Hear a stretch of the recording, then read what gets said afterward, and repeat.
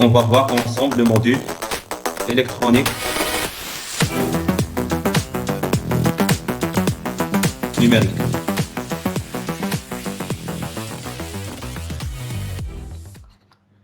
Donc, avant d'aborder le cours en détail, on va voir un petit rappel sur c'est quoi l'électronique. Généralement, lorsqu'on parle de l'élément électronique ou de la spécialité électronique, on parle généralement de 4 parties élémentaires. Donc, lorsqu'on dit électronique,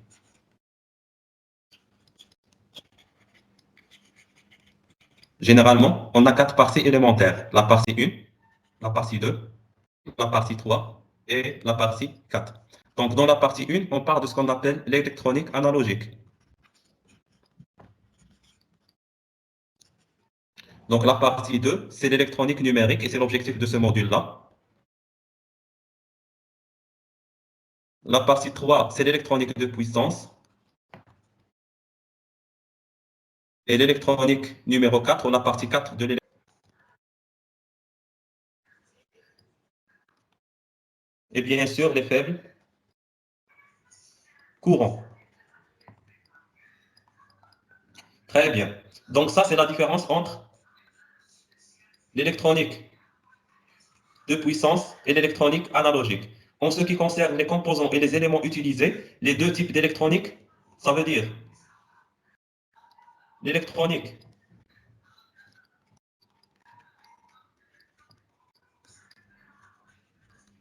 de puissance et l'électronique analogique, pardon, elle utilise les mêmes composants qui sont les résistances, les capacités, les inductances, les diodes, les amplificateurs opérationnels et bien sûr les transistors. En termes de symboles, les résistances, les capacités, les inductances, les diodes. Je vais mettre ici les amplificateurs opérationnels et bien sûr les transistors. C'est bon. Donc nous avons terminé avec l'électronique dite analogique et de puissance et on va retourner vers ce qu'on appelle l'électronique embarquée ou l'électronique programmée. C'est quoi l'électronique programmée? Bien sûr, vous avez tous des calculateurs, que ce soit des calculatrices, des PC, des microprocesseurs, des tablettes, etc. Donc, tout cela, il est doté d'un ensemble de processeurs ou de circuits électroniques programmés qui permet d'effectuer plusieurs tâches. Donc, généralement, l'électronique embarquée, elle est basée sur quoi? Elle est basée sur l'électronique numérique. Ça veut dire un système programmé ou un système embarqué, elle est développé autour d'un système électronique numérique. Donc, on passe maintenant, après cette introduction générale sur l'électronique et les différentes compositions élémentaires, vers notre objectif qui est l'électronique numérique. Et je vais commencer par le plan. La base utilisée par les êtres humains. Donc, cette base, elle est composée de combien? De 10 nombres, 10 chiffres. Toujours, on commence par 0. Donc, les symboles qui constituent cette base sont respectivement 0, 1, 2, 3, 4, 5, 6, 7, 8 et 9. C'est bon? Donc, chaque base, une base n, est constituée des chiffres à partir de 0 jusqu'à n-1. Base 10 commence de 0 jusqu'à n-1 qui est 10-1, ça veut dire 9. Donc, prenons l'exemple de la base 16. Donc, la base 16, elle est composée de combien de symboles? De 16 symboles, allant de 0 jusqu'à combien? Jusqu'à n-1 qui est 15. La même chose pour la base octale. Elle est composée de combien de symboles? 8 symboles allant de 0 jusqu'à la base moins 1 qui est 7. Monsieur, Eh bien, oui. 15 معلش غنزوليها ب F. Mais on a la représentation de chaque base. D'abord, on parle des nombres de symboles. C'est bon? D'accord. Donc, on n'a pas encore abordé la partie de la représentation. Généralement, il n'y a pas 15 dans la base hexadécimale. C'est bon? Donc, je vais détailler ça par la suite.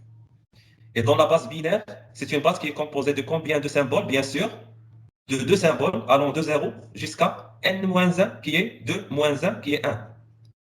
C'est bon? Donc, une très bonne remarque de votre collègue. Donc, pour la base décimale, c'est de 0 à 9. Pour la base hexadécimale, généralement, on n'a pas le droit d'utiliser des nombres supérieurs à 9. Donc, c'est pour cette raison-là, on symbolise chaque élément par de 0 à 9 par des nombres et des chiffres de 0 à 9, mais de 10 à 15 sont représentés par des lettres. Donc, les lettres sont allant de A jusqu'à F. C'est bon? Donc, pour la base octale, c'est de 0 à 7. Pour la base binaire, c'est de 0 à 1. Donc, c'est quoi l'utilité de ces représentations? Généralement, pour la base 10, 16 et 8 sont des bases les plus utilisées dans l'informatique et dans l'électronique. Donc, pour ceux qui veulent par la suite poursuivre leur étude dans l'ingénierie des systèmes informatiques, des systèmes embarqués ou bien des systèmes électroniques programmables, donc ce module il est très, très important. Donc, c'est un élément majeur pour cette spécialité. C'est bon. Donc, parmi ces quatre éléments, la base la plus utilisée et la plus utile dans l'électronique, c'est la base, ce qu'on appelle la base 2. Qui peut me dire pourquoi la base 2 est la base la plus importante parmi ces quatre bases, ces quatre représentations ou ces quatre systèmes de numération? Donc, qui peut me répondre pourquoi dans l'électronique numérique, on travaille avec la base 2? Je pense parce qu'il donne deux cas, seulement 0 ou 1. Et tous ou rien. Non, c'est de la réponse, c'est 50% de la réponse. Pour utiliser le transistor. Le 50% qui reste. Donc, on peut combiner ces deux réponses. Très bien. Donc, généralement, pourquoi on utilise deux états ou la représentation binaire dans l'électronique numérique? Parce que tout simplement, un système électronique, il ne connaît que deux états électriques. Donc, l'état où le courant il est complètement, le système complètement passant, ça veut dire qu'on est sur une tension maximale, ça veut dire l'état logique 1. Le deuxième état connu par un système électronique, c'est l'état ground ou l'état terre. C'est le zéro électrique. Ça veut dire qu'il n'y a pas de tension dans le circuit électrique. Donc, généralement, il y a une forte dépendance entre les états utilisés et le système électronique. Donc, généralement, l'état 0 s'appelle l'état logique. Donc, l'état électrique associé, c'est pas 0. C'est quoi l'état électrique associé au zéro logique? L'état électrique en volts. Entre l'état électrique, l'électronique, c'est toujours, on travaille avec des courants et des tensions. Donc, chaque état logique, il est associé à un état électrique, qui est l'état électrique associé au zéro logique. Il n'y a pas de courant électrique. Donc, il n'y a pas de courant électrique qui circule. C'est le zéro électrique, c'est le zéro volt, c'est la masse. C'est bon? La même chose, l'état logique, qui est 1 dans le système de représentation binaire, il est associé à quel état électrique? Le 1 courant. Il est associé à ce qu'on appelle VCC. C'est quoi VCC? C'est la tension d'alimentation du système. Si votre système électrique ou électronique est alimenté par 5 volts, donc VCC égale 5 volts. S'il est alimenté par 12 volts, le 1 logique deviendra 12 volts. S'il est alimenté par 24 volts, il deviendra 24 volts. Donc toujours l'état logique dans la représentation binaire 0, il est équivalent à un état électrique 0 volts, qui est la masse. L'état logique 1 dans la représentation binaire, il est associé à un état électrique qui égale l'alimentation de votre système électronique. Donc, généralement, les systèmes de numération, on a ce qu'on appelle les bases d'un système de numération. Comme j'ai déjà expliqué, théoriquement, il y a une infinité de bases. Mais pratiquement, les bases les plus utilisées et les plus utiles dans la pratique, ce sont respectivement la base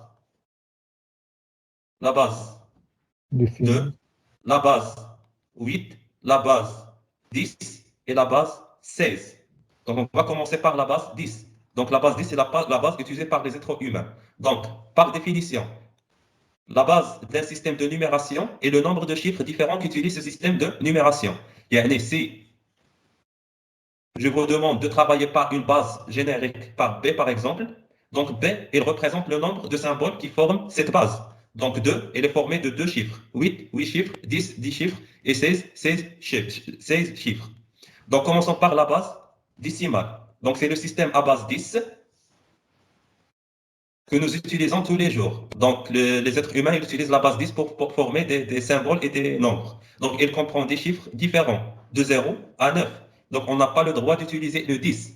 C'est bon? Ça veut dire que pour former n'importe quelle combinaison, il faut juste utiliser les symboles de la base. Si on travaille par exemple avec la base 8, est-ce qu'on a le droit d'utiliser le symbole 8? Non.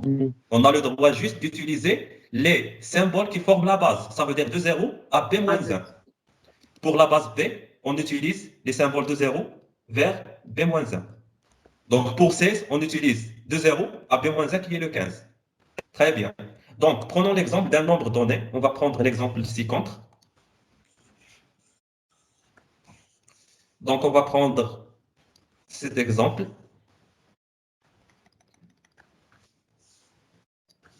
Donc, prenons le nombre 2356.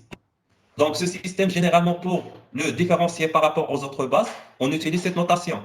On écrit le nombre entre parenthèses et on précise la base en dessous. Donc, l'indice 10, il indique la base, donc dans laquelle le nombre est écrit. Donc, pour les autres bases, si on écrit par exemple le nombre n entre parenthèses b, donc b c'est pour différencier ce nombre par rapport aux autres représentations. Ça veut dire que 2356 dans la base 10, il est totalement différent du même nombre dans la base octale, par exemple. 2356 dans la base 8. Et il est différent du même nombre dans la base 16. Est-ce que j'ai le droit, une question, d'écrire 2356 dans la base 2? Est-ce que j'ai le droit de faire ça? Non. Très bien, parce que tout simplement, je n'ai pas le droit de former un chiffre qu'avec les symboles contenant dans la base. Et la base 2, il contient les symboles 0 et 1. Donc, je n'ai pas le droit de faire ça. Mais j'ai le droit de faire ça, et de faire ça sur la base 16. Donc, généralement, quel que soit le nombre n, il peut être écrit sous la forme d'un polynôme. Donc, le polynôme, il est comme ça. Donc, pour chaque monombre ou pour chaque élément du nombre n, c'est bon, on trouve un chiffre multiplié par une puissance. Donc, la puissance, généralement, c'est la base. Donc, pour le chiffre n, qu'est-ce qu'on a? On a 1, 2, 3, 4.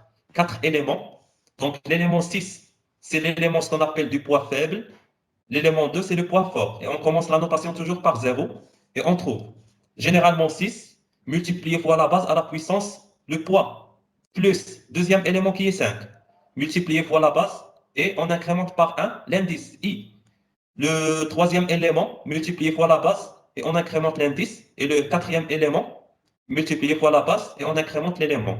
Donc, si on arrive à écrire cette représentation comme ça, on peut dire qu'on est dans la base 10, ou la représentation base 10. Très bien.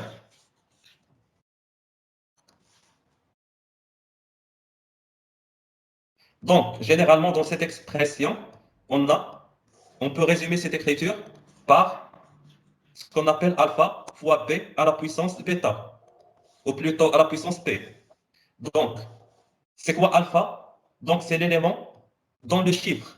B, c'est la base, et p, c'est l'ordre ou la puissance. C'est bon? Donc, dans cette représentation, qu'est-ce qu'on a? Ça, c'est alpha 0. Le 5, c'est alpha 1. Le 3, c'est alpha 2. Et le 2, c'est alpha 3. Donc, toujours la base, c'est 10.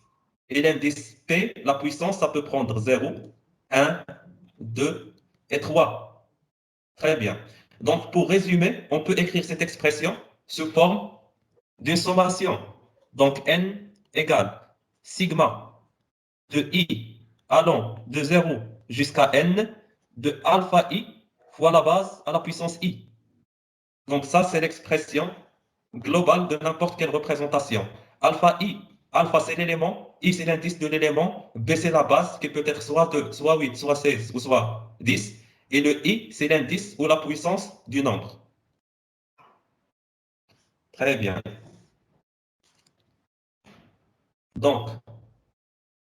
Donc cette expression, elle était inscrite ici. Donc n s'écrit sous cette forme polynomiale. Et bien pour avoir la forme simplifiée, c'est par cette forme en introduisant la sommation. C'est exactement la même chose. Ça, c'est la représentation générique d'une représentation décimale, base 10.